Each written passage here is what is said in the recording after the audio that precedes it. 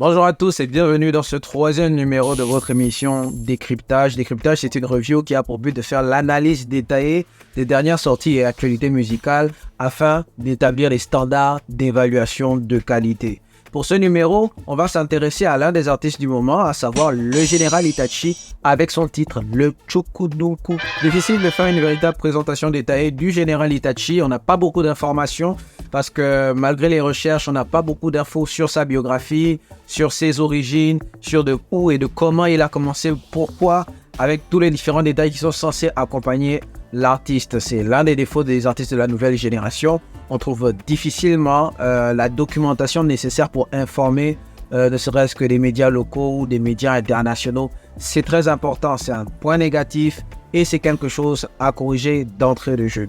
Le Général Itachi est néanmoins un artiste qui évolue dans la discipline de l'ancham. On l'a connu sur des titres comme Satchel ou encore Junkie, des titres qui ont bien posé les bases de sa future ascension. Chukudunku de Général Itachi a été mixé par Marcel Coco et a été enregistré au studio La Sitar. Alors ce son-là écouté et réécouté de nombreuses fois et on se pose encore la question, c'est quoi Chukudunku? Question que je vous invite à répondre en commentaire, c'est quoi le Chukudunku? Vous peut-être qui comprenez le ndos, vous avez peut-être la réponse et vous avez peut-être eu une meilleure lecture de la chanson. Mais dans sa structure, Général Itachi fait ce qu'on appelle l'alignement de mots. Il ne construit pas des textes qui se suivent et qui racontent quelque chose. Non, on aligne des phrases qui entre elles n'ont pas forcément de rapport. C'est une formule qui est très utilisée, notamment chez les rappeurs la plupart du temps. C'est comme des petites briques qu'on met les unes sur les autres pour essayer de bâtir un édifice, mais des briques de couleurs différentes, tu vois, c'est un délire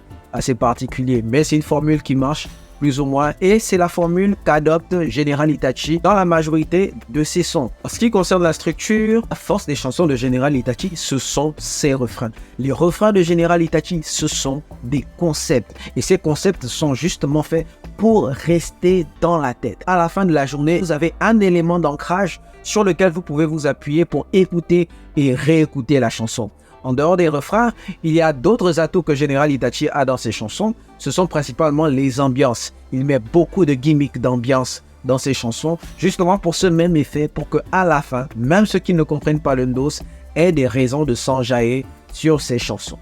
Chukudunku, c'est 1 million de vues sur YouTube. Ça prouve bien que le morceau a suscité plusieurs adhésions et que le langage n'est pas une barrière lorsque la sonorité est bonne, elle est bonne. Pour l'aspect technique, le mix a été fait au studio La Sitar. Et le studio La Sitar, c'est une référence en matière d'enregistrement au Gabon. Le problème, c'est que le mix n'est pas de très bonne qualité, entachant ainsi la célèbre réputation de ce studio. Après, répondez-nous en commentaire pour savoir si est-ce que le son a seulement été enregistré à La Sitar et mixé ailleurs, ou alors tout a été fait au niveau du studio La Sitar. L'idéal, c'est que quand vous arrivez quelque part et que vous arrivez dans un studio qui est réputé pour son travail, faites l'enregistrement, mais faites le mix aussi faites au moins le mix pour garantir la qualité du travail que vous allez sortir. Pas grand chose à dire sur l'instrumental, représentatif du style Ncham. Le seul reproche que je pourrais faire à l'instrumental, c'est que c'est pas très créatif. C'est les mêmes instruments de FL Studio là, basiques que tout le monde utilise. On a l'impression d'entendre du réchauffé. C'est très bien fait, mais c'est du réchauffé et en termes de sonorité, on ne voyage pas plus que ça en fait. La réalisation a été faite par Chenzen. Chenzen, c'est aussi l'une des étoiles montantes de la réalisation au Gabon. Étoile montante depuis un peu trop longtemps à mon goût.